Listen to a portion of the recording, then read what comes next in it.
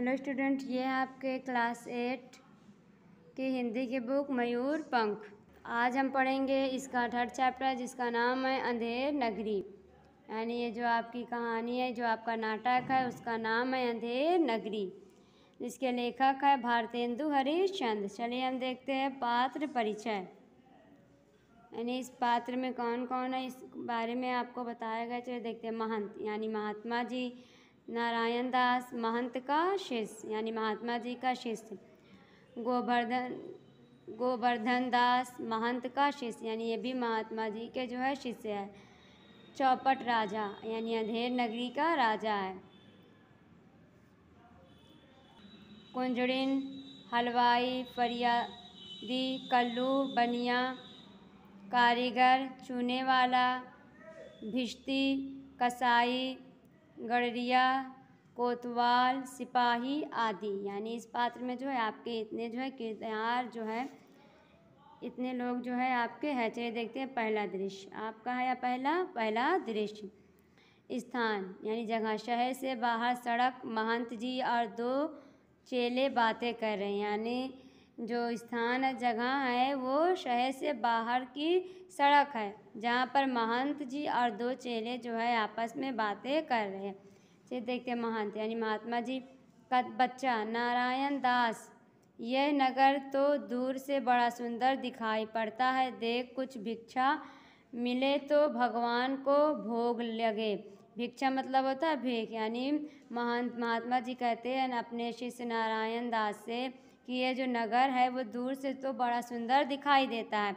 देख, अगर यहाँ पर कोई भीख मिले तो भगवान को जो है भोग लगे। नारायण दास, गुरुजी महाराज, नगर तो बहुत ही सुंदर है, पर भिक्षा भी सुंदर मिले तो बड़ा आनंद हो। यानी नारायण दास कहता है कि गुरुजी, नगर जो है वो तो बहुत ही सुंदर है, लेकिन अगर भीख भी सुंदर मिल जाए तो आनंद है, यानी कि तो मज़ा आ जाए। महंत महात्मा जी, बच्चा गोवर्धन दास, तू पश्चिम की ओर जा और नारायण दास पूर्व की ओर जाएगा। यानी कि महात्मा जी कहते हैं कि बच्चा गोवर्धन दास, तू पश्चिम की तरफ जा और जो नारायण दास है वो पूर्व की तरफ जो है जाएगा। गोवर्धन दास जाता है। गोवर्धन दास कुंजड़िन से, क्यों भाजी क्या भाव है। यानी कुंजड़िन जो है वो भाजी बेचता है, तो उससे पूछता है भाजी क्या भाव है। कुंजड़िन, बाबा जी टके शेर। टके मतलब होता है पुराने ज़माने का जो था सिक्का था। यानी टके मतलब होता है पुराने समय का पैसा। तो ही कह रहे हैं कि वो बताता है कि बाबा जी टके शेर। गोवर्धन दास, सब भाजी टके शेर, वाह वाह, बड़ा आनंद है, यहाँ सभी चीज़ें टके शेर। हलवाई के पास जाकर, क्यों भाई मिठाई क्या भाव। यानी कि गोवर्धन दास जो होता है खुश होकर बोलता है, क्या बात है, सारी चीज़ें तो जो है टके शेर में ही मिल रही है। तो कह रहा है, उसके बाद जो वो हलवाई के पास जाकर पूछता है कि मिठाई क्या भाव। हलवाई, टके शेर। फिर हलवाई बताता है कि टके शेर। गोवर्धन दास, वाह वाह, बड़ा आनंद है, सब टके शेर। क्यों बच्चा, इस नगरी का नाम क्या है। यानी गोवर्धन दास कहता है वाह वाह, बड़ा आनंद, यानी बड़ी खुशी की बात है, सब चीज़ें जो है टके से। और उसके बाद पूछता है बच्चा, इस नगरी का नाम क्या। हलवाई बताता है अंधेर नगरी, यानी इस नगरी का नाम है अंधेर नगरी। और फिर गोवर्धन दास पूछता है और राजा का नाम क्या है। हलवाई, चौपट राजा। गोवर्धन दास, वाह वाह, अंधेर नगरी, चौपट राजा, टके शेर भाजी, टके शेर खाजा।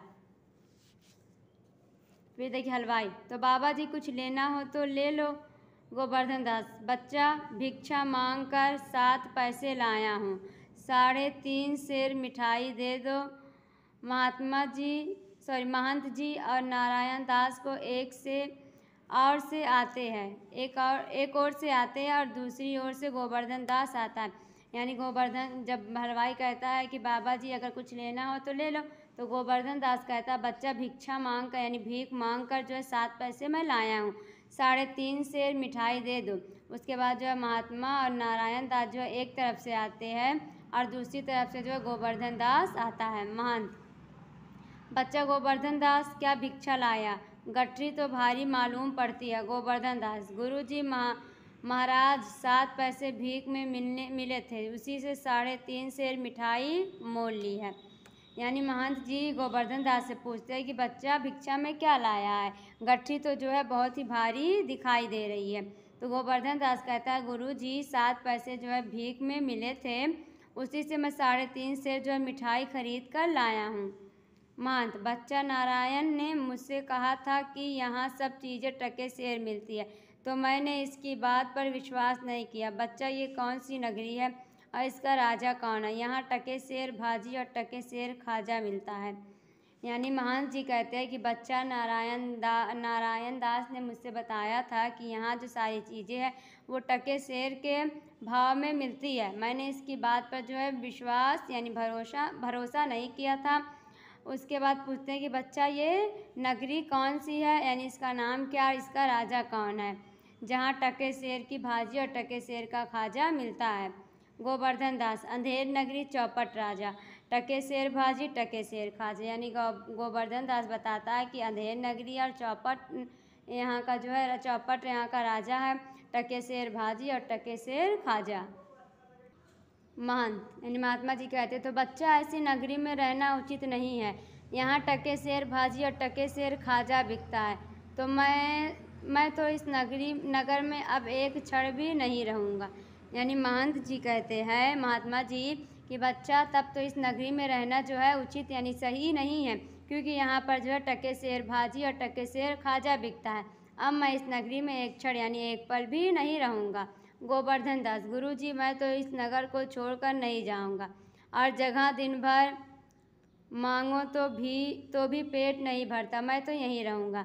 यानी गोवर्धन दास कहता है कि गुरुजी मैं इस नगर को अब छोड़कर नहीं जाऊँगा, क्योंकि कई जगह पर भीख मांगो तब तो भी जो पेट है वो नहीं भरता है, मैं यहीं पर रहूँगा। महंत यानी महात्मा जी कहते देख मेरी बात मान, नहीं तो पीछे पछताएगा। मैं तो जाता हूँ पर इतना कहे जाता हूँ कि कभी संकट पड़े तो याद करना।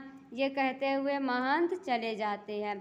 यानी महात्मा जी जो थे वो कहते हैं कि देख मेरी बात मान ले, वरना तो बाद में जो है पछताएगा।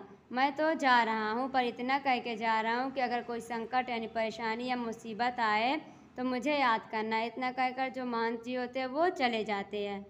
दूसरा दृश्य फिर आपको देखिए यहाँ पे दूसरा दृश्य बताया जा रहा है। इसमें कौन कौन है? राजा, मंत्री और नौकर।